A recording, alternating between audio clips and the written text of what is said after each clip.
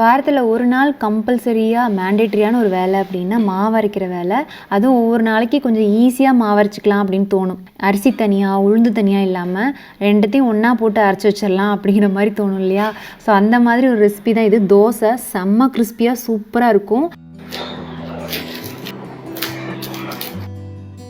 இதுக்கு 2 கப் அளவுக்கு இட்லி அரிசி, நான் வந்து 50 அரிசி தான் எடுத்திருக்கேன். 1 கப் அளவுக்கு பச்சரிசி, 1/4 கப் அளவுக்கு வெள்ளை அவல், 1 டேபிள் ஸ்பூன் வெந்தயம். இதை நல்லா வாஷ் பண்ணிவிட்டு ஊற வச்சிடலாம். ஒரு 6லேருந்து 8 மணி நேரம் வரைக்கும் ஊறட்டும். உளுந்து தனியாக ஊற வச்சுக்கலாம். ஒரு 3/4 கப் அளவுக்கு உளுந்தை நல்லா வாஷ் பண்ணிவிட்டு அந்த அரிசி ஊற நேரத்துக்கு உளுந்து ஃப்ரிட்ஜில் வச்சுருவோம். இனி அரைக்க போகிறப்ப முதல்ல உளுந்து போட்டு அரைச்சிடலாம். அது நல்லா ஃப்ளஃபியாக வந்ததுக்கப்புறமா அரிசியும் அது கூடவே போட்டு அரைச்சிக்கலாம். ரொம்ப நைஸாக அரைக்க வேண்டாம், கொஞ்சம் நரன்னு இருக்கட்டும். லாஸ்ட்டாக கிரைண்டர்லேயே உப்பும் போட்டு அப்படியே மாவு வலிச்சு வச்சிட வேண்டியதான். ஒரு 7-8 மணி நேரம் இல்லைன்னா 10-12 மணி நேரத்தில் இந்த மாவு பொங்கி வந்துடும். வெதற்கு தகுந்த மாதிரி தான். ஸோ மாவு நல்லா பொங்கி வந்திருக்கு பாருங்கள். இதுக்கப்புறம் தோசை சுட்டோம்னா நல்ல கிறிஸ்பியாக வாசனையாக இருக்கும் இந்த தோசை சாப்பிட்றதுக்கு.